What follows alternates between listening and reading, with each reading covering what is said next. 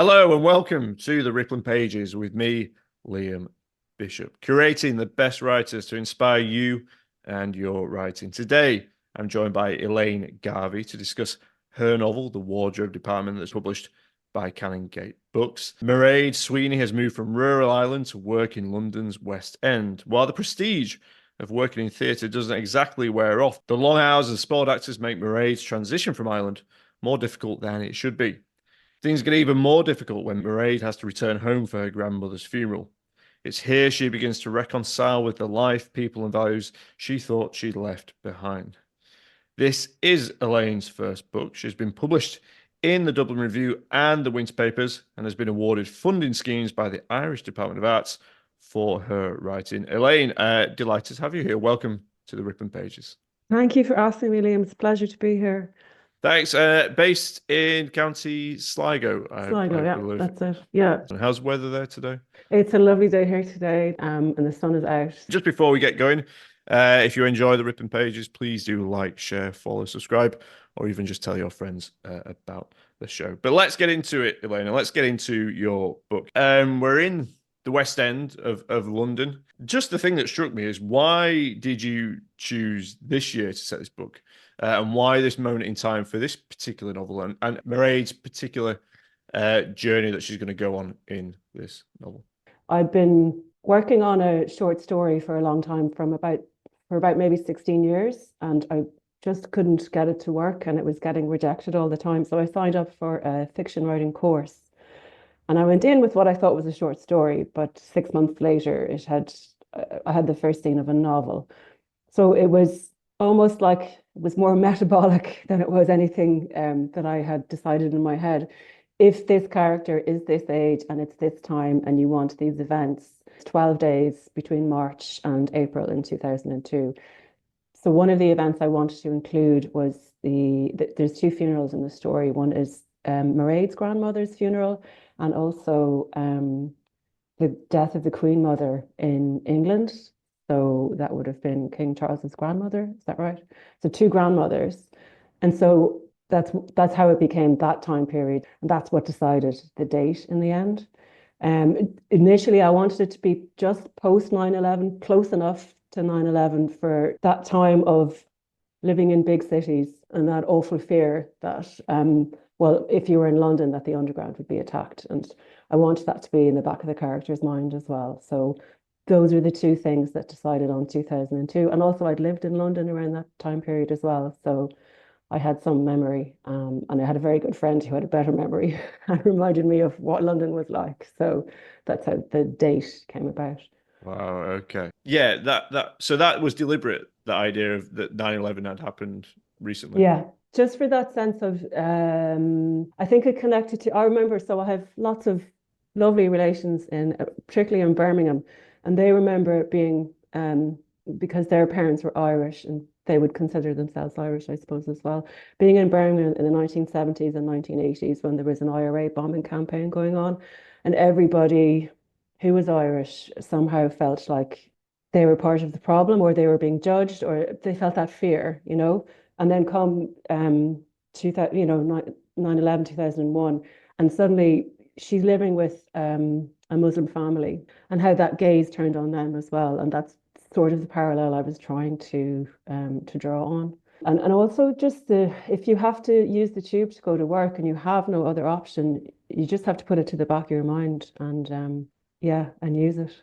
Even though you know that I don't think the London bombings happened until 2007, but you had that very intense fear just when you wanted to go to work. The novel opens with Mairéad coming out of the subway, and I think the first line is, "I was just pleased to get out." Yeah, I got out of Green Park and I started walking. It was such a relief to be above ground, something like that. Yeah, it was. Somebody said to me, if you started it with, it's a relief to be above ground. That's a different story. It's almost like she's coming like a resurrection or something. But I started it with walking because I love so many books that have women walking, either walking through a crisis or just walking. I think the one that's in my mind now is Anna Burns' Milkman. The character she has a lot of names, but one of them is Girl Who Reads While Walking. And then there's The classic one would be Jane Eyre. There was no possibility of going for a walk that day. All the any books that you can think of with a woman walking, I wanted to sort of reference that obliquely. Yeah. Wow, that's so interesting. I hadn't considered that. And there's so many. Well, the references you made there, obviously, the one that came to mind is obviously a very obvious one: Virginia Woolf and Dalloway. Well, who is Mairéad? And, what is she doing in London? Yeah, and I don't think she knows. She does. She gets asked, and she asks herself the question, "Why am I here? Why is she doing this to herself?" There was a poem I read when I was a teenager.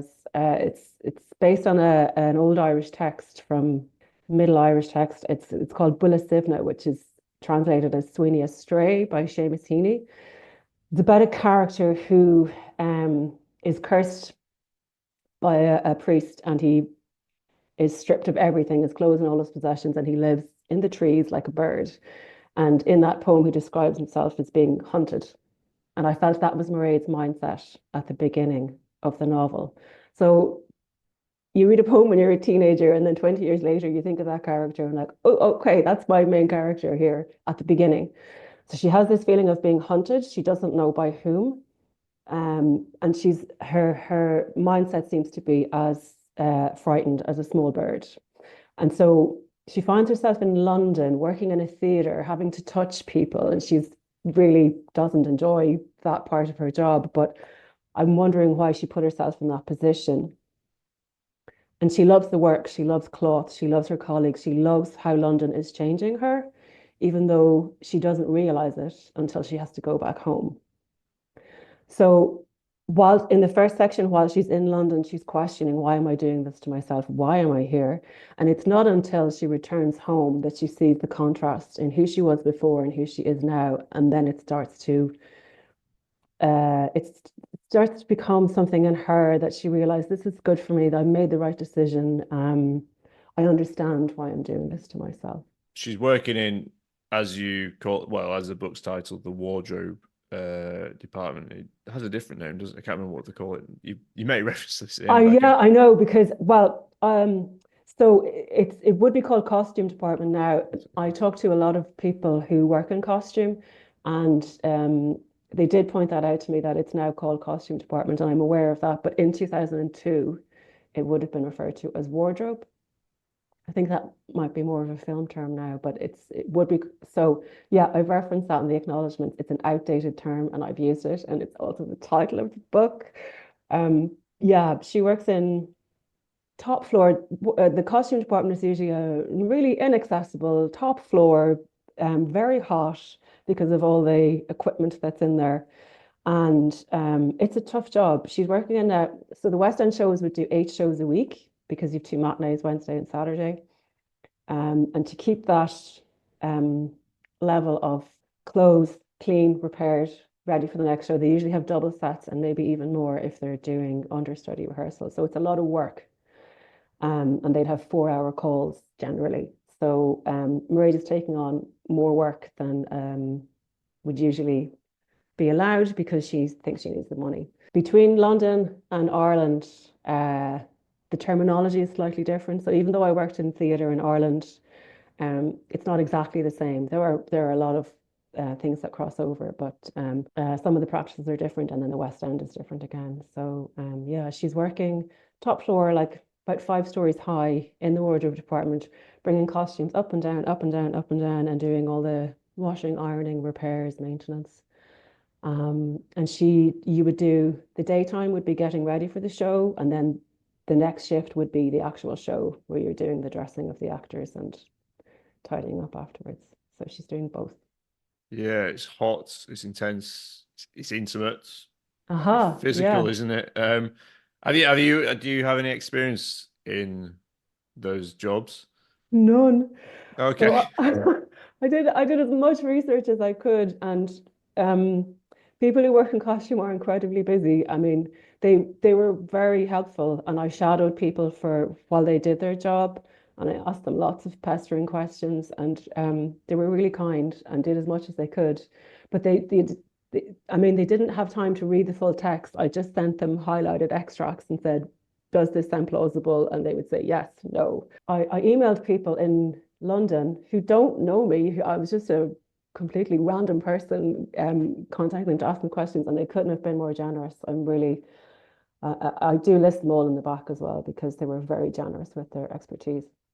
So why did it appeal to you so much to set this Yeah, novel there? yeah. Um, through when I was that first scene in the story came to me. I only started writing it when I was able to give the character a name, a job, and a location.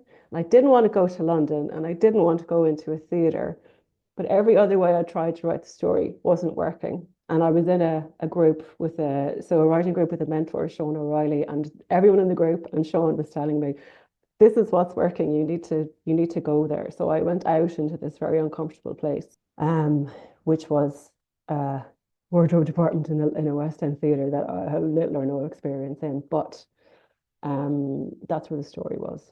And I knew that she's not in, Mairéad is not in touch with so many of her appetites, desire, she bodily functions, she struggles with most of them. And I knew that it would be something very engaging to have someone who has to dress people but is afraid to touch and be touched. And that's why I wanted to go for. And also a wardrobe department, you get so many people coming through who are very interesting characters, and secrets are told, and you generally, I am generalizing, generally it's a group of women working together, so working and talking. And I like that idea of Mairéad being changed by her work environment and the people that she meets there. That's fascinating because the group of women that she meets in London are very different to the environment Mm. of home, aren't they? And some of the conversations that she has in the wardrobe department are a little bit more liberal than we suspect than might have been permitted back home in Ireland. Is that fair? Oh, that's completely fair. Yeah, the attitudes to her would be eye-opening and very good for her to meet people with completely different backgrounds. And in a culture where I think she is trying so hard to fit in that is stopping her from belonging because she's not being honest. She's not able to be herself. And she really wants to belong. Don't we all? uh, but but her fear and the way she's holding herself back, that's slowly loosening as these wonderful co-workers and colleagues reassure her that it's okay, she can be herself. I mean, did you then choose that to have that dissonance, the change in sort of, was it conscious to have that contradiction in values? She's come from this quite Christian setting, Christian household Hmm. with specific ideas around sort of, well, we can even, it's not even sex, it's bodies and Hmm. relationships. And then she's up close dealing literally with, people's underwear and fittings and bodies. Yes, I wanted to put her. There's a few scenes where there's conversations between three people, and I really like that dynamic because I tried not to have one person dominate. And also you can see their reaction to Mairéad's thoughts, which is very useful. So we get the novel as it's a first person narrator. So, but you don't necessarily have to believe everything Mairéad thinks, and she shouldn't either. So to put her with two or more people responding to her, I thought that was a good way of her character developing. So when she's in the workroom with the two women who are her age, they pull her up on things, and they should. They're right to. And she's enlightened us to seeing completely different ways of approaching the body and approaching sex and approaching that she hasn't encountered before. What she has absorbed is that the body is shameful, and if you're female, anything that happens to it is your own fault, even though you're not responsible for other people's behavior. You're made to feel that you are. Um, and I wanted to give her a really strong boss. So the character who is her boss in her is called Margaret, and I really wanted a person like that in Mairéad's life for her to look up to be a little bit afraid of, but also to want to be like that person. She needed her to bring her out. Yeah, because they have to contend with, well, I don't know if you'd want to describe it, but for the reader, it looks like misogynist attitudes. bullying behavior to some extent from some of the actors. I guess how important then is Margaret to her in those moments? I think Margaret is a good role model for her because she sees a bigger picture. She thinks Mairéad has some sort of addiction problem. She knows there's something going on and that Mairéad is afraid to talk about it. And nobody else is trying to reach her apart from Margaret. And Mairéad says at one point that there is a show producer who's called Oliver, and then Margaret is her direct boss. And she said, the difference between the two of them is Margaret wants to know what you want to do, and Oliver wants to know what you can do for him. So I wanted her to be able to see that difference and for her to take that into the rest of her life, that this is a good manager, this is a bad manager, and you need to recognize that and recognize that there's nothing in your behavior that makes a person bully you. There's nothing that you have done in order for you to become the target of harassment. That is their choice. Mairéad also says at one point about an episode that happens with someone else that it was his choice, not my fault. And I really wanted that message to powerfully landing with her, that it's not her behavior and she is not responsible for other people's behavior if it's abusive behavior. And I think Margaret is one of the first people who opens that door for her. There's problems there too, because Margaret is working for this man and continues to work for this man. But I just wanted her, that thing of once you see it, once you raise the consciousness, you can't unsee it. So she has seen it now. And this is what she's starting to find her own inner strength from that. Yeah, that mention then of Anna Burns has sort of come back to me as you spoke. There's lots of these kinds of characters within Anna's novel, The Milkman, Anna Burns' novel, The Milkman, and there's a lot of sort of implicit commentary, isn't there, about how men treat women, but also it's the way that she writes about characters, and her novel is filled with characters, and we don't really know who they are. She doesn't give them names. And your novel is also sort of filled with these lots of different voices, lots of different characters. The line you write at one point is, "It's a victory for minor characters everywhere," which it just felt so kind of endemic, or it just felt like you were sort of making a neat little commentary here about them, because there's these voices everywhere. And you said, people flitting through the scenes, and there are these very strong forces, whether or not they relate to, well, whether that's sort of characterization or not, I'm not sure, but there are these forces that move and manipulate people. And there's a sense of resistance, which does come through in something like The Milkman.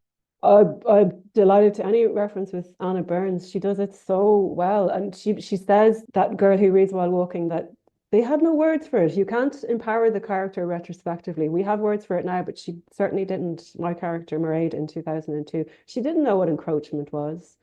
She didn't know how to talk about consent. No one had ever brought that up with her. It was not about what you wanted. There is another line of when was the last time you were asked what you want?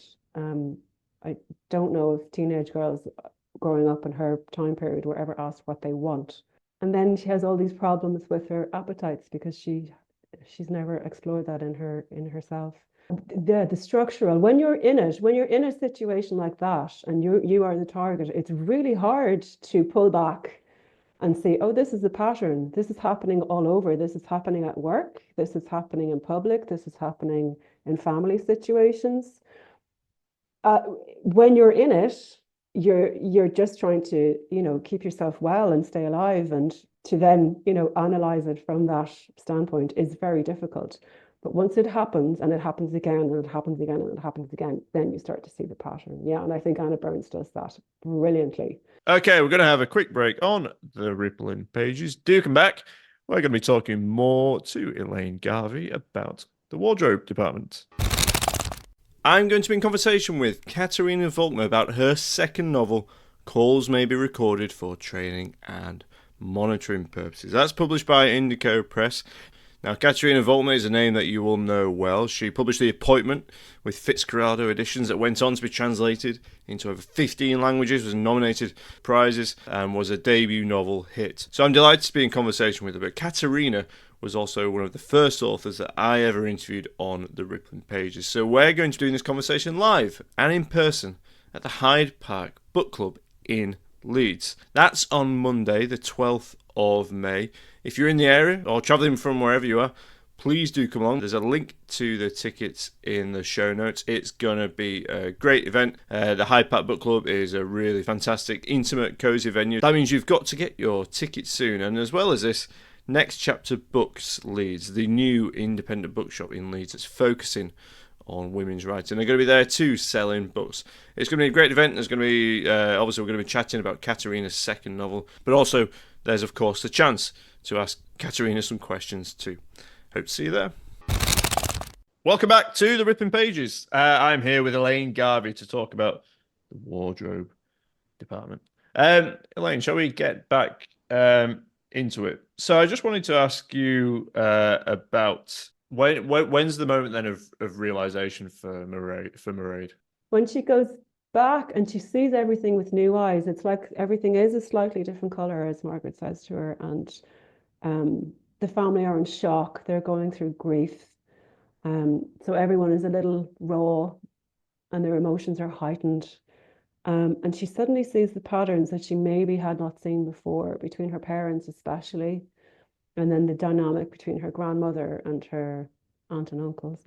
So there's that whole episode, and there's a big row, and Mairéad is able to say what she wants to say. I think that's huge, being able to speak up, because she's been silent for so long. So finding that inner strength where she can say what she wants to say, and then she can go anywhere after that. You know, that climactic scene in Jane Eyre where she says, I have spoken my mind and can go anywhere now. She's threatening to leave Rochester and go to Ireland. And that's where she also says, you know, I am no bird and no net ensnares me. It's because she has spoken up. She has said what is on her mind. She's spoken truthfully and honored her feelings. That gives her great strength. And that takes a lot of courage in a environment where you've been told that that's not allowed and that you will be sanctioned for doing that. That takes a lot of courage. Definitely, yeah, and that's difficult, isn't it? You said that you keep referencing a lot, which I have no problem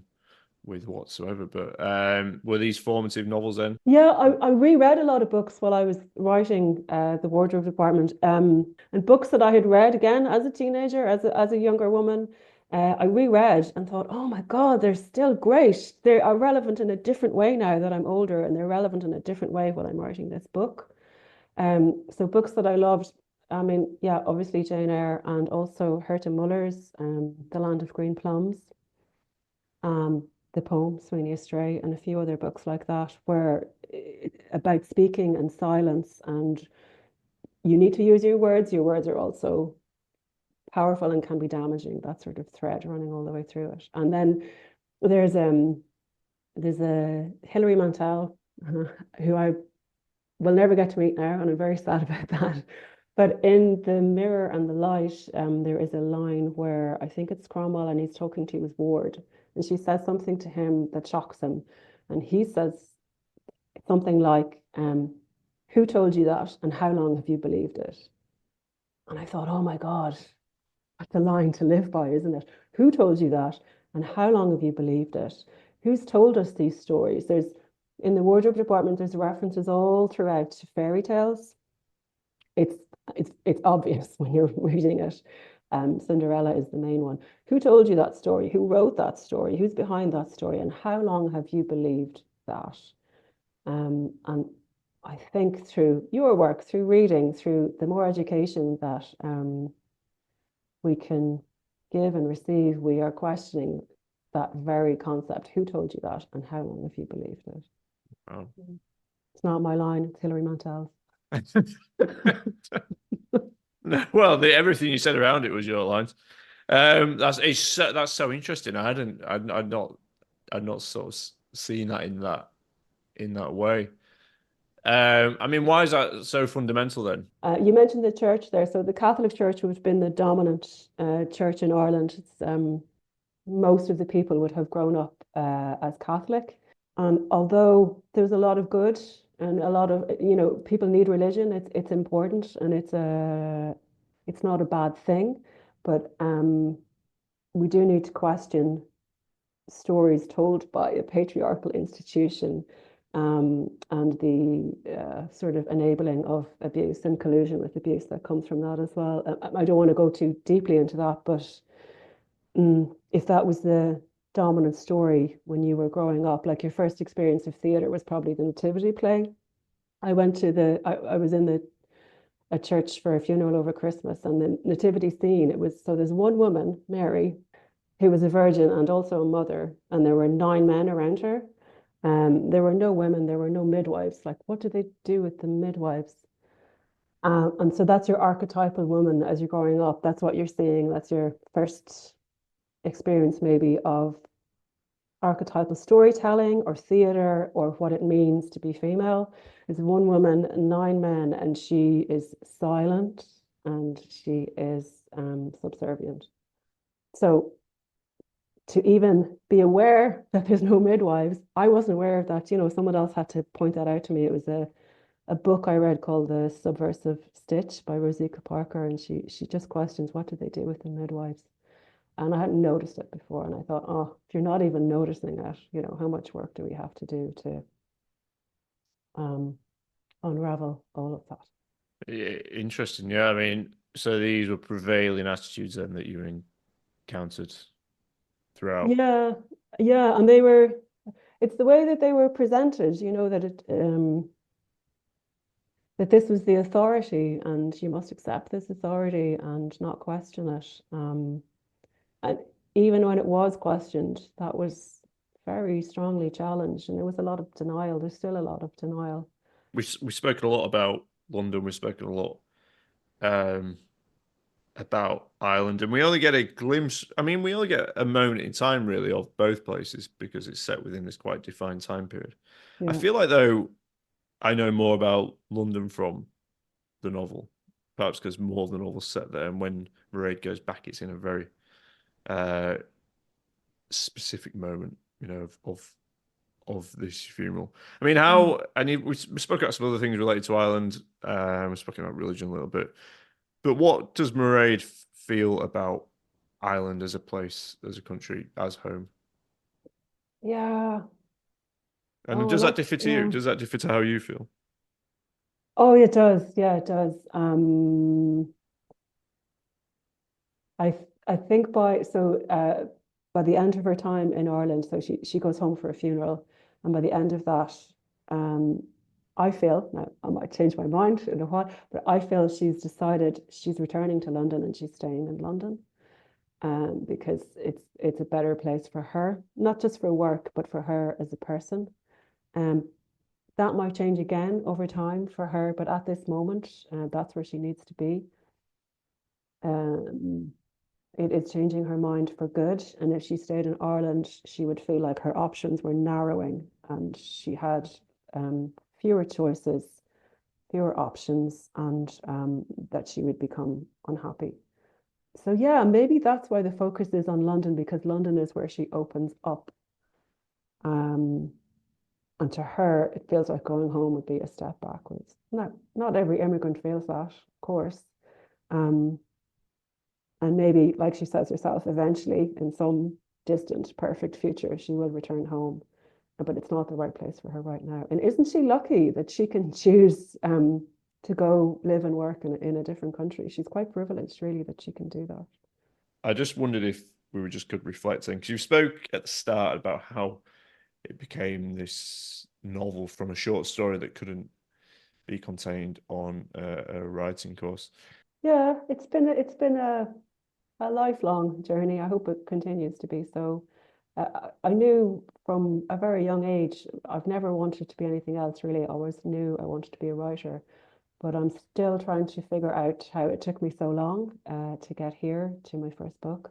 I suppose it's a combination of lots of things, but what helped me in this case certainly was arts funding helped, because working full time in another job and writing in whatever time you can carve out around that is very difficult. It's very hard on your body. And so I took a reckless decision to move from full-time to part-time work, and my income plummeted. And it was a very hard couple of years. But I just knew that I could do this and that I wanted to do this before I died, if that doesn't sound too grandiose. But, Whatever drives you. I know, yeah, whatever drives you. I think it's a feeling many share, to be honest, I suspect. Yeah. We have only got a limited time, haven't we, to get things done on this planet. But it was a big decision. It was this decision that I've got to get this done. And the only way to get it done is to sort of, would it be a sacrifice or? Yes, it would. And at the time you think this is really foolish and I'm sacrificing a lot. But then on the flip side, you open yourself up to so much more. I'm a much happier person. I'm a nicer person to be around when I'm writing than when I'm not. So it's worth it for me. I can only talk about myself. Yeah. Disclaimer. Yeah, I don't do not pack your job in, No. please. After this episode, No. please do not just pack your job in if you're trying to write. Unless you want to, but that's your choice. Please don't be writing into the show.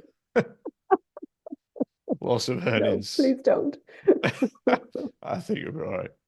What's next then? Where are you going to go next with this? Hopefully, another novel. I'm working away again. These things are unknown, and that's okay. Something I'm sure it has already started. I just haven't figured out exactly what it is yet. Brilliant. But yeah, I'm just going to go with that and keep working. Yeah. Great. Well, we will. Well, we will look forward to that, but we can look forward to your novel first. That is The Wardrobe Department by Elaine Garvey, published by Canongate Books. Elaine, it's been an absolute pleasure to have you on the show, talking about all the challenges to writing it, all the kind of themes, all the kind of influences. But for now, thank you very much for joining me on the Rippling Pages. Thank you, Liam.